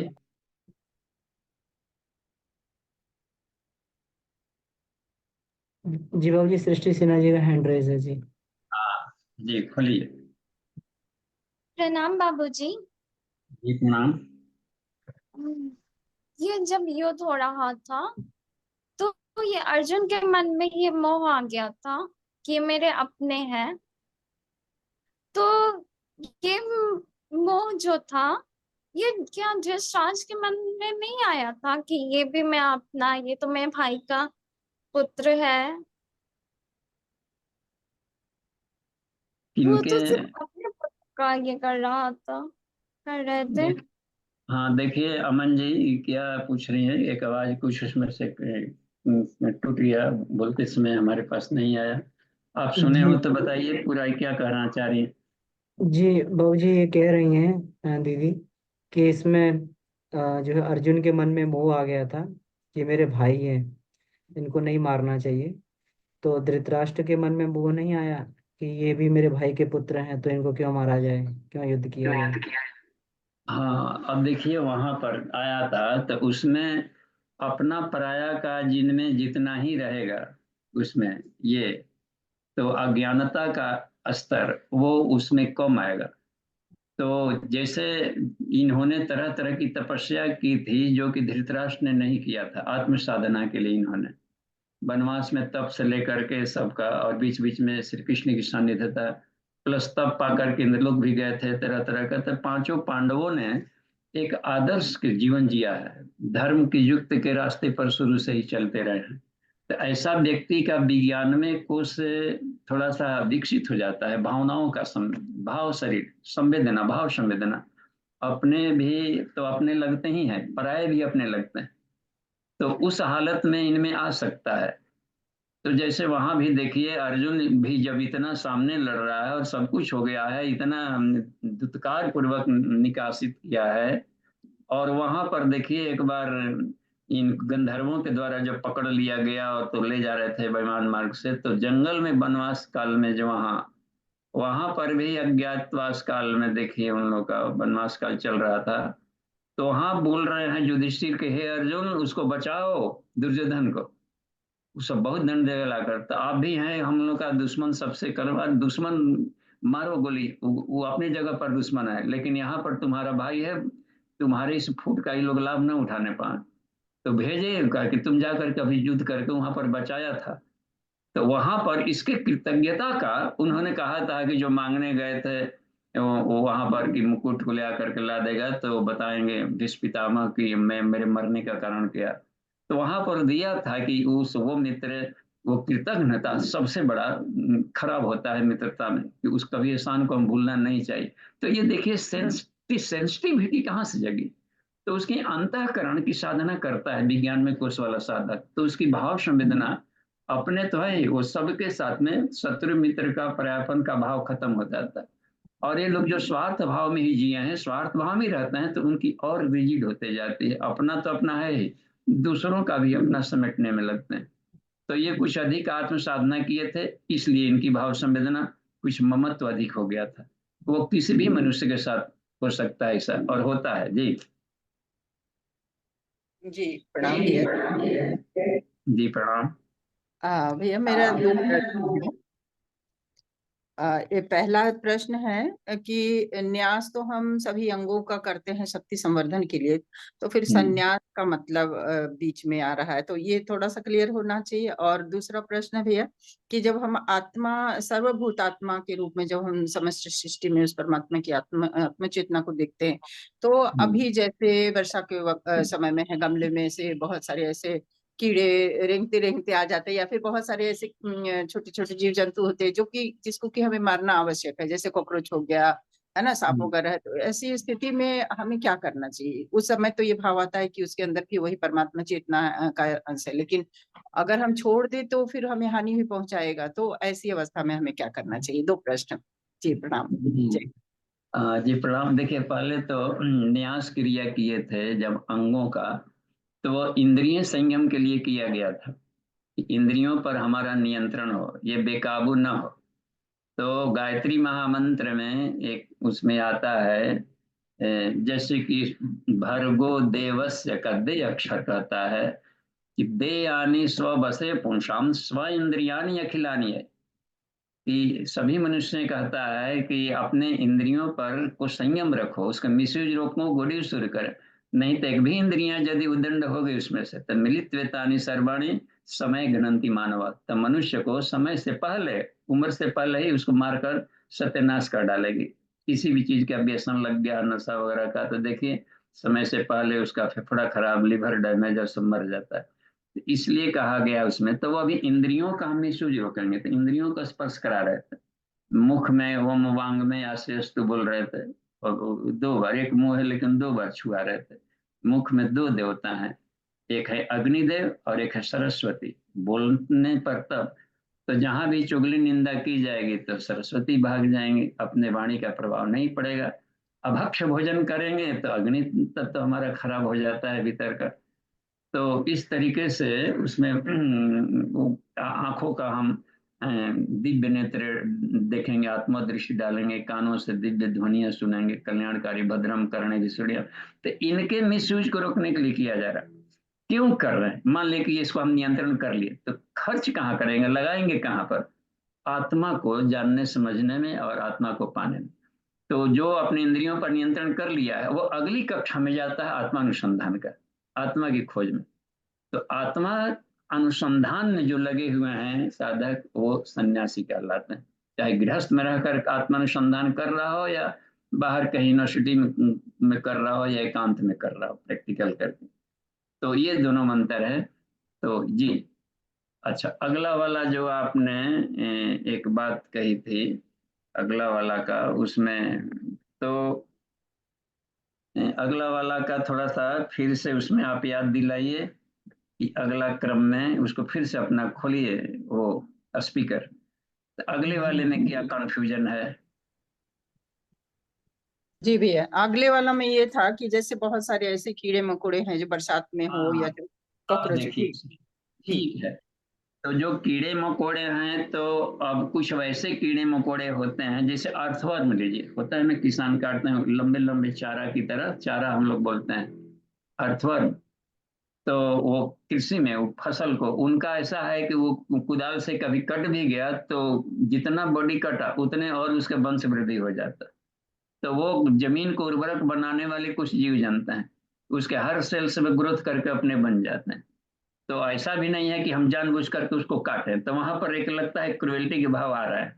लेकिन जो अनजाने में कुदाल चलाते कट गया, तो उसमें इसलिए 2 जो 3 माला जप करने को कहा गया त्रिकाल संध्या, तो एक आत्मिक विकास के लिए, और एक समाज कल्याण के लिए, और एक इनके लिए होता है जो कहीं पर जीव जंतु कीड़े मकोड़े कुछ अनजाने में हो गए हों, उनकी जीवात्माओं का कल्याण है।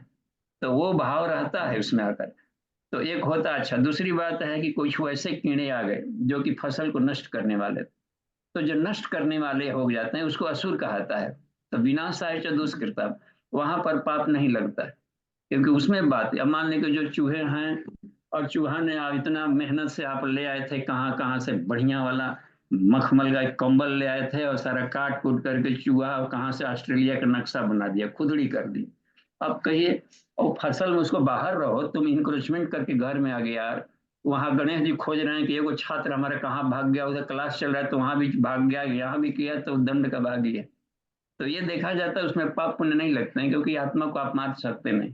मच्छर तक को आदमी नहीं मार सकता, उसकी आत्मा भी उतना ही शक्तिशाली है। अब रह गई बात कि हमारा इतना मेहनत का खून बेचारा नाक को बैठ करके पाइप गड़ा करके चुरा के लेके भाग रहा है, तो चोर की तरह उसको देखेंगे। तो जैसे आदमी हो या व्यवहार, तो व्यवहार के आधार पर उसको डीडीटी लाओ, छिड़को, उसको खदेड़ो, भगाओ, रखा जाए। तो हमें इतना अधिक इमोशनल नहीं होना चाहिए। सर्जन तो हैं, लेकिन ये सब बनाए गए हैं कि बहादुर बन करके हम केवल जो घाटा पहुंचा रहे हैं इनसे लड़ाई करें। सभी कीड़ों का आदमी कहाँ मारते चलता है, ऐसे में जो शरीर में आकर कोरोना नुकसान कर दिया, भीतर आ गया, तो वो आदमी काम का है बचाव करने के लिए इंजेक्शन दे रहे हैं, तो वहां उसको सफाई की जा रही, क्योंकि वो जानते हैं कि आत्मा मरती नहीं। अब रह गया कि शरीर भगवान ने दिए थे, कल्याण के लिए दिए थे, या तुम्हारा भोजन कहीं और भी बनाया गया है, तो उसको निर्वाह के लिए अलग भी व्यवस्था है। तो वो अपने ढंग के ना करके जहां जहां कर लेता है, तो ईश्वर उसको रिसाइकलिंग में डाल देते हैं, उस शरीर से दूसरों का शरीर बन जाता है। तो इसमें पाप नहीं लगता। कीड़े मकोड़े कुछ योनियां बनाई ही गई है। मच्छर एक बार में लाखों अंडा देता है, अब लाखों रह जाएंगे, लाखों सरवाइव करेंगे, फिर लाखों, हर दूसरे दिन लाखों देंगे। तो वो होता है कि प्रकृति अपने से, सूर्य भगवान कभी धूप इतना कर देंगे कि सारी नालियों का पानी सूख जाएगा, सारे अंडे भस्म हो जाएंगे। तो कीटनाशक अपने से किरणें फेंक देते हैं इकोलॉजी के अनुसार। और उसमें रह गया, और आदमी का भी यह है कि एक्सरसाइज नहीं करते, मालिक हम आलसी हो गए, सुबह में योगा ना करेंगे, आज सोए हुए, तो मच्छर बना के भेजेंगे, जाकर पीठ में काट, इसे करेंगे वो करेंगे, अब योगा करवा ही लेगा अपने आप से। तो बड़ा गजीब का है इसमें, तो उसमें आनंद लेते रहिए, गुदगुदी का लाभ लेते रहिए। जब लगता है कि मार दें, तो ये कोई पाप पुण्य जैसी बात नहीं है, उसको हम अनासक्त भाव से करें। जहाँ लग रहा है कि हमको अब डिस्टर्ब हो रहा है, तो उस हालत में भुला दिया, देखते हैं ना आदमी पंखा से भुला देता है, तो ये भी किया, आ गया सांप, मारने का भाव आ गया है तो मार दें, मारने छोड़ने का भाव है तो इसको ये कर दें, यूं यूं उधर से रास्ता दे दें।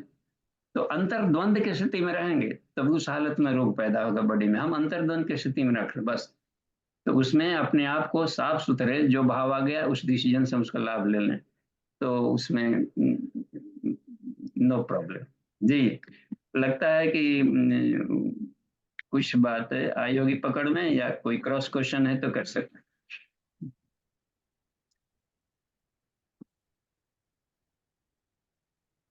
हाँ देखिए, तो नितिन जी, अब कहीं से कोई है क्या हैंड रेज वगैरह, या कोई जी प्रणाम चैटिंग में? बाबू जी। हाँ जी, प्रणाम। बाबू जी, मेरा एक जिज्ञासा है षष्ठी सिन्हा जी के संदर्भ के क्वेश्चन वाले संदर्भ में, कि जब अच्छा, अर्जुन विराट युद्ध में आया था, तो जब उसका कॉस्मिक बॉडी डेवलप नहीं हुआ था, वो उनसे लड़के गया था, चलो उनको बेहोश कर दिया, कुछ को मार के गया था, और जब ये पूरा अज्ञातवास समाप्त करके वापस आ गए थे हस्तिनापुर में, तो फिर ये अपना राजपाट मांगने लगे थे। तो जब कॉस्मिक बॉडी डेवलप हो ही गया, इतनी संवेदना, तो जरूरत क्या थी कि उसको वो मांगा जाए या फिर महाभारत की तरफ बढ़ा जाए? और ये मेरी दो जिज्ञासा हैं। और तीसरी जिज्ञासा ये है कि जब भगवान ने गीता सुनाई थी अर्जुन को, तो उस वक्त केवल संजय जी सुन रहे थे, क्योंकि उनके पास दिव्य दृष्टि थी, और तो कोई लगता नहीं कोई सुन रहा था, तो किसी को पता भी नहीं चल रहा था क्या करें। तो ये कंपाइल, ये ड्राफ्ट किसने कर दी गीता फिर? जी कि प्रणाम। ये जन सामान्य में ये गीता कहाँ से आ गई, कैसे आ गई? तो जिन्होंने, वेद व्यास जी ने दिव्य दृष्टि दिया था संजय को, और वेद व्यास जी ने महाभारत की रचना की है, तो उसमें इन्होंने इस दृष्टांत को, वो भी दिव्य दृष्टा वाले थे, तो वो भी उसमें उसको देख रहे थे। इतना ही नहीं, एक और भी दिव्य दृष्टि पाए हुआ था, वो भी देख रहा था बर्बरिक सारे युद्धों को। तो उसको, अब जिसको जिसको इन्होंने क्षमता दिया है, वो लोग अपने ढंग के देख रहे थे संजय। तो संजय तो धृतराष्ट्र को सुना दिया, लेकिन ये जो आता है सृजन के रूप में और पुस्तकाकार में, उसको व्यास कहते हैं। उसमें तो वेद व्यास जी ने इसको लिखा और उसको सृजन किया, ताकि जन सामान्य से प्रेरणा ले सके। अब रह गया कि विराट के युद्ध में उसको था, तो वहां पर उसको अपने को डिस्क्लोज भी नहीं करना था कि लोग जाने कि हम है, अज्ञातवास चल रहा था। फिर भी दुर्योधन ने इस बात को लेकर के कहा है कि हम तो उसी समय तुमको जान गए थे कि तुम अर्जुन हो, तुम्हारा अज्ञातवास खंडित हो चुका है, फिर जाओ 13 साल। इसी बात को माध्यम बना रहा था, तुमको हम पहचान गए थे। फिर भी इन लोगों ने उसको गणना लगाया कि जिस दिन वो युद्ध हुआ था उस दिन वो समय उसका पूरा हो गया था, कैसा कुछ ऐसा करके इन्होंने लगाया कि तुम्हारा काल खत्म हो चुका था, एक एक मिनट तक की गणना देखी गई थी। तो वो केवल हमने पहचान में ना हो, सीआईडी सीबीआई के भेष में है, तो कब हमको सामने आना है करने। रह गई बात की बाद में उन्होंने हक क्यों मांगा, तो उन्होंने अपना बाहर का क्या मांगा। जो न था कुछ गुरुदेव भी जब अलगा हुए थे परिवार वालों से, तो कहा कि आपको तो अध्यात्म में जाना है, तो चाचा उचा लोगों के लिए जो जमीन, इन्होंने भी हिस्सा मांगा कि हमारी जो पिताजी का हिस्सा है आप दीजिए, और हम भले यूज करेंगे। पूरा लिया और पूरा दान कर दिए। वहां पर कन्या विद्यालय बनवाने से लेकर के सारी की सारी संपत्ति दी, लेकिन उसको मांगा ताकि हमारी जो जितना हिस्सा है वो अधिक से अधिक अच्छे जगह खर्च हो। अब यहाँ तो सुई के नोक भी जहां नहीं दे रहा हो, 5 गांव केवल मांग रहे थे कि ताकि हम भी एक जीवन जी सके एक सामान्य आदमी की तरह। हम कैदी तुम्हारी सजा भी भोग लिए, फिर भी एक समान नागरिक के तरह हमको जीने का हक है। तो इतना भर इसको मिलता है न्यूनतम मांगना, कहीं पूरा का पूरा हिस्सा मांगते, आधा मांगते, केस करते लड़ते, तो बात बन गई थी कि लोभ है। वो तो ब्राह्मणोचित निर्वाह भर के लिए मांगी जाती है, जो कि मानवोचित धर्म में कर रहे थे, और कृष्ण ने भी उसके लिए माध्यम बने हैं करने का। तो ऐसा आदर्श के पक्षधर में है इसको, तो आदर्श के पक्षधर में इसको लिया जाता है। तो वो इस ढंग से हम ले सकते हैं उसके, तो कुछ कंफ्यूजन कम हो जाएगा इसमें। जी हाँ जी, धन्यवाद। चलिए आगे बढ़ते हैं।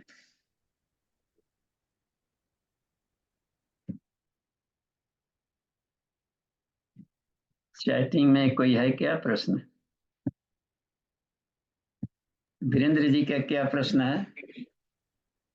वीरेंद्र जी का, नितिन भैया का भी हैंड रेज है। वीरेंद्र जी का प्रश्न अच्छा है। चलिए, हाँ नितिन जी का हैंडल है, तो पहले उनको खोलिए। जी बाबूजी प्रणाम। जी प्रणाम। बाबूजी अभी आपने बताया था कि जो जब हम कर्म योग करते हैं तो उस समय जो है ज्ञान युक्त होकर के कर्म योग करना है हमें। तो और फिर हाँ एक शब्द का और यूज हुआ था मनोयोग। तो मनोयोग और ज्ञान योग इनमें आपस में क्या संबंध है, इसके बारे में थोड़ा सा स्पष्ट कर दीजिए। हाँ, मन को स्थित प्रज्ञता में स्थिर रह करके करते हैं। और ज्ञान योग उसको भी कहा गया है, ज्ञान आता है कि जिस वस्तु का ऑपरेशन करने जा रहे हैं उसकी सही जानकारी हो, कॉन्सेप्ट क्लियर हो। शीर्षासन करने जा रहे हैं तो शीर्षासन का कॉन्सेप्ट क्लियर न होना चाहिए, क्या बाहर ना करें, दीवार के सहारा से करें, क्योंकि शरीर भाव से बाहर निकलना है। ऐसे शीर्षासन कर रहे हो तो आधा दिमाग रहेगा कि बैलेंस बने रहे, गिरे मत, जबकि शरीर भाव से अलग होना पड़ता है। अनंत समापति भ्याम प्रयत्न शिथिल अनंत समापति भ्याम, यानी कि ईश्वर में अपने धन मन को लगाओ। तो उस हालत के लिए कॉन्सेप्ट क्लियर हो तो कैसे करें, उस समय हमको क्या करना चाहिए, खान पान कैसा होना चाहिए, तो किसी भी प्रैक्टिकल की सांगोपांग जानकारी को ज्ञान करेंगे।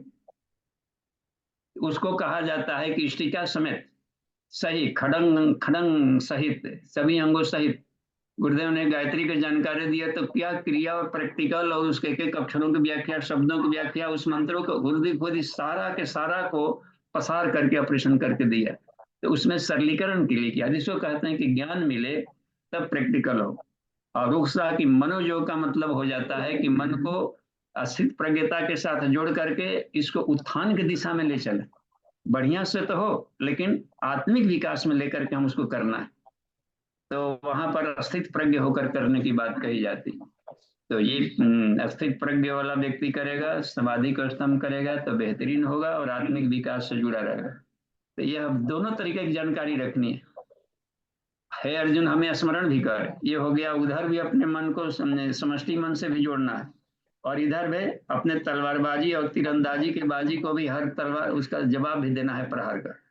तो इसकी भी जानकारी होनी चाहिए थी, दिव्यास्त्र ब्रह्मास्त्र उसमें जो चलाने समेटने की जो बात है। जी जी तो बाबूजी जैसे मन को हमने जैसे ईश्वर के साथ जोड़ दिया और फिर हम अपने जो जो कार्य हम कर रहे हैं उस कार्य में लग गए, तो वो चीज जो है फिर अपने आप ही होती रहेगी। मतलब जैसे जिस कार्य में लगे हैं और मन को एक बार जोड़ा तो जो है वो एक ऐसी अवस्था भी कभी आएगी चेतना की कि जो है वो मन ईश्वर के साथ में हमेशा ही लग गया, और जो हम कर्म कर रहे हैं वह अपना वो भी अपना एक्सपर्ट तरीके से करेंगे हम।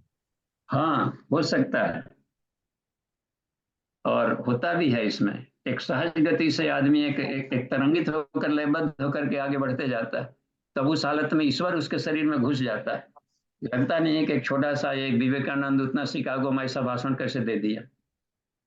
तो देख रहे हैं ना, वो अपनी समर्पण अपनी लयबद्धता उसके साथ जोड़ देते, तो उसके पर शरीर शरीर पर समष्टि चेतना, उसमें उपनिषद के ऋषिगण अपनी चेतना से जोड़कर काम लेने लगे। भले गुरु को आदमी जोड़ देता है कि उनके गुरु कृपा थी, लेकिन जो भी ज्ञान विज्ञान होता है जिस पर जुड़े रहते हैं उसके ऋषि उसके साथ जुड़ जाते हैं।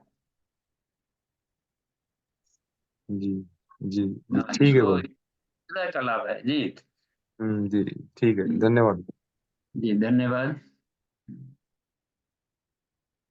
आपके साथ में एक जी और बाबूजी। लिखा हुआ है, अदर रेंज, हेड रेंज। हाँ, इसमें इसमें देखिए तो ये तो हो गए बाबूजी, हैंड रेस। अब इसमें अच्छा। वीरेंद्र प्रसाद यादव जी का प्रश्न है। हम्म बाबूजी प्रणाम, हरि व्यापक सर्वत्र समाना की अनुभूति कैसे हो सकती है, कृपया प्रकाश डाला जाए। हम्म एक तो ये बात है कि कैसे हो, तो थ्योरी से पहले कंसेप्ट से बिल्कुल क्लियर होना चाहिए कि जो कुछ हुआ है उत्पन्न हुआ है तो ईश्वर से उत्पन्न हुआ, और ईश्वर पूर्ण है। जो रोज हम लोग हवन जो करते हैं डेली, और डेली मंत्र बोलते हैं पूर्णम आदा पूर्णम इदम, ईश्वर पूर्ण है, और तो उससे जो भी उत्पन्न होगा पूर्ण से पूर्ण ही उत्पन्न होगा। ये तो पूर्णम इदम।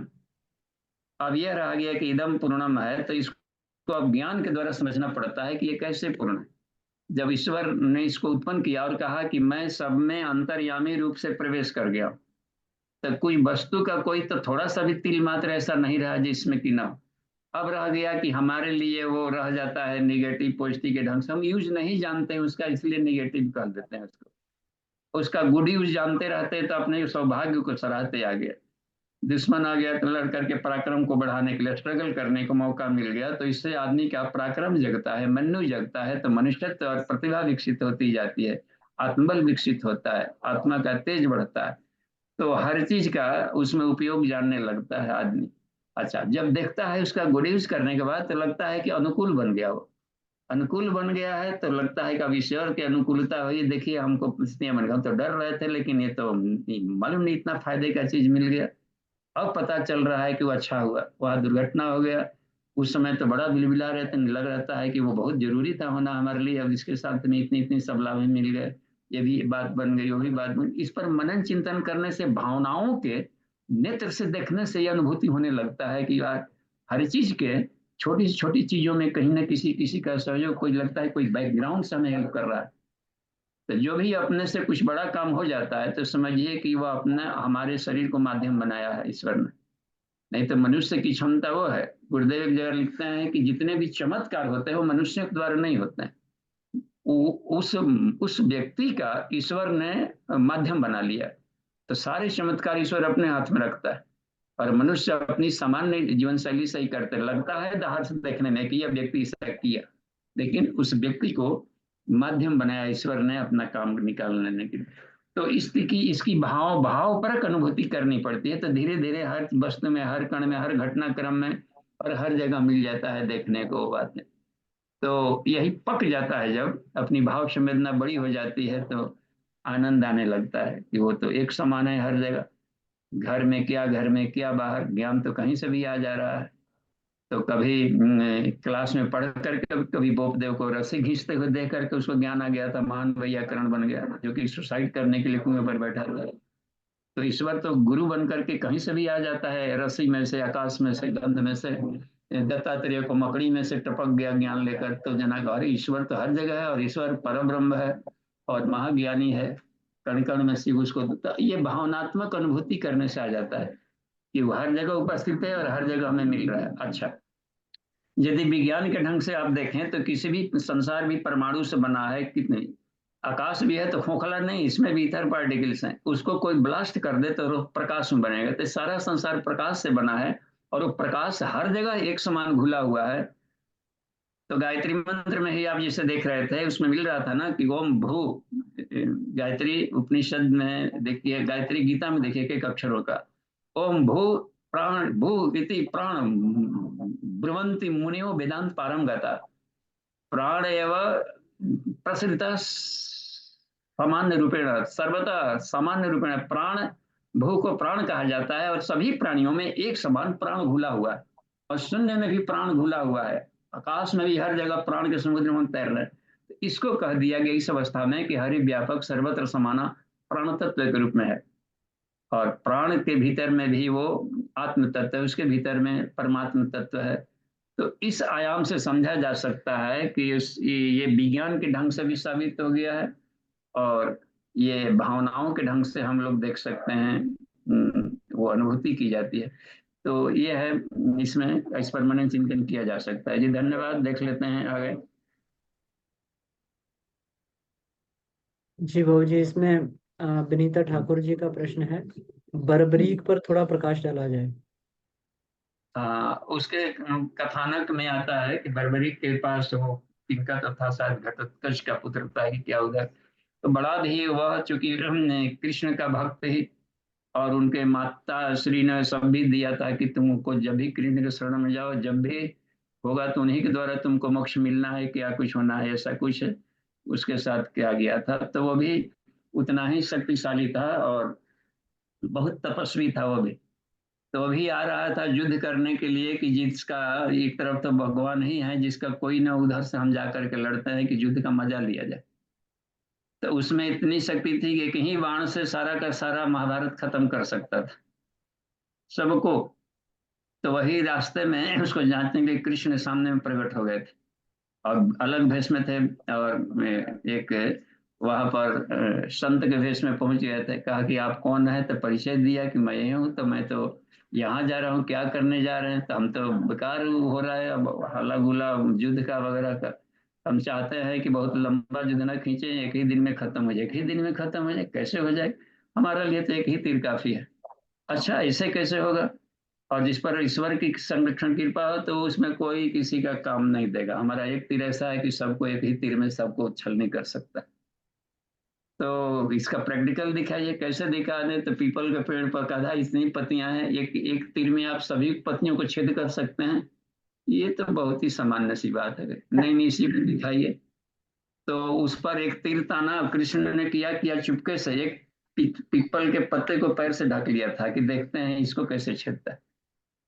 तो सभी को चिल्लाए, तो एक ही तीर मारा स्मरण करके, पता नहीं किस तरीके से कैसा मनोयोग लगाया कि छोड़ा, तो सारे देखे कि सभी पत्तों में छेद हो गया था। फिर चुपके से अपना पैर हटाकर देखते हैं कि इसका क्या हाल है, तो देखे कि वो भी छेद हो गया था। तो ये बड़ा ही तो बहुत गजब का है। तो हम तो पांडवों की भी रक्षा नहीं कर पाएंगे जो धर्म के पक्ष में लड़ रहे हैं। ये तो बड़ा खतरनाक है ये आदमी। तो यह है कि ऐसा नहीं कि अपने का भावावेश में अब इसको पात्र को पात्र और धर्म धर्म का बिना ख्याल रखे इस तीर को चला दे। तो इस तरीके से उन्होंने उसके गर्दन को सुदर्शन चक्र से वहां पर काटा। तो वो कहा कि हम आपको जान गए थे कि आप कृष्ण हैं, हम जानबूझ कर ऐसा कर रहे थे कि आप ही, हम हाँ बोलेंगे कि आप ही के हाथ से हमको मोक्ष मिलना है। तो इससे बड़ा हमारा सौभाग्य क्या होगा। तो फिर तुम क्या चाहते हो, अंतिम वही बताते हैं कि हम चाहते हैं कि युद्ध को हम देखते रहे। तो उसी पीपल पर ऊपर जाकर के उसका मस्तिष्क लटका हुआ था, और पूरा का पूरा ज्ञानेंद्रियों से मस्तिष्क में प्राण रहता है, ज्ञान के रूप में शरीर में प्राण बना रहता है, धनंजय के रूप में बना रहता है। तो वो सभी ज्ञानेंद्रियों से अपना दिव्य दृष्टि से देख रहा था। तो उसको दिखाई पड़ रहा था कि मारने वाला भी कृष्ण है और मरने वाला भी कृष्ण है। तो ये बड़ा आश्चर्य, इधर भीम और अर्जुन पहुंचे थे अंत में कि श्रेय किसको मिलना चाहिए, कि हमारे चलते युद्ध जीता गया, हमारे चलते जो हमने बहादुरी किया, हमने किया, हमको मुकुट पहनना चाहिए। कृष्ण ले गए थे कि चलो एक और भी देख रहा था, एक थर्ड अंपायर देख रहा था, वहां चलते। तो वही हंसने लगे थे कि अरे मूर्खों, युद्ध तो हमने देखा कि युद्ध हुआ ही नहीं है, न कोई मारने वाला भी कृष्ण था, मरने वाला भी कृष्ण था। तो इसको थोड़ा सा दिखाया है कि अर्जुन जब तेरी छोड़ रहा है तो उसके मुख पर सुदर्शन चक्र जा करके और भीष्म पितामह को मार रहा है। इसको भ्रम हो रहा है कि हम मार रहे हैं, लेकिन अदृश्य में एक शक्ति काम कर रही है हर जगह कृष्ण का। इसको भी थोड़ा सा फ्लैशबैक की तरह दिखाया है। अच्छा इसको उन्होंने फिल्माया है, रामानंद सागर के हमने उसको वो देखा क्रम का। तो ये कहते हैं कि वो कथानक को जब लिखा रहता है उसको कुछ उस रूप में प्रेरणा प्रेरक प्रस्तुतिकरण का प्रयास करते हैं जो होते हैं निर्माता बनाने वाले। तो कुछ इस तरीके कथानक है, तो हमें ये लेना चाहिए कि उसमें जाके राखो साइया वाला की बात है, मार सके ना कोई, और जिस पर ईश्वर की कृपा होती है तो किसी को ईश्वर की कृपा जहाँ होती है, और वो बोले हैं कि हम तो अहेतु की कृपा करते हैं, जो भी हमारे काम में लग जाएगा, सुदुराचारी हो या सदाचारी हो, तो दोनों भी जो भी हमारे काम में लगते हैं वो संत समझने योग्य हैं। तो यह बात कही उन्होंने जी। तो चलिए ठीक है, उनके बात में आ गई थी। चंदन प्रियदर्शी जी का बात, धन्यवाद। देखिए इसमें एक अच्छा, चंदन जी हम लोग के लिए एक ज्ञान भेज रहे हैं, हम लोग लाभ लें। संसाधन यदि सत्पुरुषों के पास नहीं रहा, वाह, तो उनका दुरुपयोग ही होगा। देखिए तो उसमें आता है ना गायत्री वाले, उसमें आ जाता है गायत्री उपनिषद में कि वो होता है कि ज्ञान आयतन और उसमें स्त्री रखा गया है कि ज्ञान होता है, आयतन होता है, प्रतिष्ठा। यह सिर्फ सत्पुरुषों के लिए है, जहां ये गलत आदमी में चला गया तो सत्यानाश ही खड़ा हो जाएगा। इसलिए कह रहे हैं इसकी संसाधन तो युधिष्ठिर अर्जुन जैसे कर्मयोगी भक्तों के पास ही रहना श्रेयस्कर है। ये ठीक है, सत्ता गलत आदमी के हाथ में चली जाएगी तो सत्ता का दुरुपयोग करेंगे। राजा जनक जैसे व्यक्ति में जाएगी तो प्रजा का खजाना है, प्रजा हित में ही खर्च होगा, अपने पेट भरने के लिए हल चलाते थे। ये कहा गया सत्पुरुषों के हाथ में जाए। एक और उसमें है, किनका तो नाम नहीं है उसमें, सैमसंग लिखा हुआ है, क्या पढ़े हैं अमन जी, पढ़िए तो क्या लिखा है। जी बाबूजी, इसमें प्रश्न है इनका कि हम्म, हम कहते हैं कि ईश्वर हमारे अंदर है, और हम ये भी कहते हैं कि जो कुछ होता है वो ईश्वर करता है, तो इसमें क्या हम्म, सच्चाई है, इस पर प्रकाश डालें। हम्म। अब देखिए, अब अपने भीतर में ईश्वर है तो आप ईश्वर का हम अंश हैं, तो ईश्वर सृजता है बड़ा काम करने के लिए, हम उसके छोटे अंश हैं। तो हमारे भीतर में कुछ क्रिएटिविटी की क्षमता होगी, और ईश्वर ने इच्छा किया तो एको हम बहुश्यामा करके बनाया सा कामयात। तो अपने भीतर में जीव आत्मा है, उसको भी एक लिमिटेड दायरे में होता है कि या इच्छा करेंगे तो कोई भी काम करेंगे तो इच्छा होगी। इच्छा विचार बदल कर क्रिया में आती है। थोड़ा इच्छा करता है कि हम पढ़ ले, थोड़ा इच्छा कर रहा है कि तुम मॉर्निंग वॉक में निकले, तो कहीं ना कहीं पीछे इच्छा काम करे, और वो इच्छा किसकी हो रही है, जीवात्मा की, और जीवात्मा क्या है, ईश्वर का अंश है। तो इस हालत में कहा जा सकता है कि ईश्वर की इच्छा हुई या जीव सत्ता की इच्छा हुई, तो इच्छा ही मूल कारण बनता है किसी चीज को करने का। तो ये इसमें बात इतनी भर कही गई है जी। धन्यवाद, शांति पाठ कर लेते हैं आज के लिए। ओम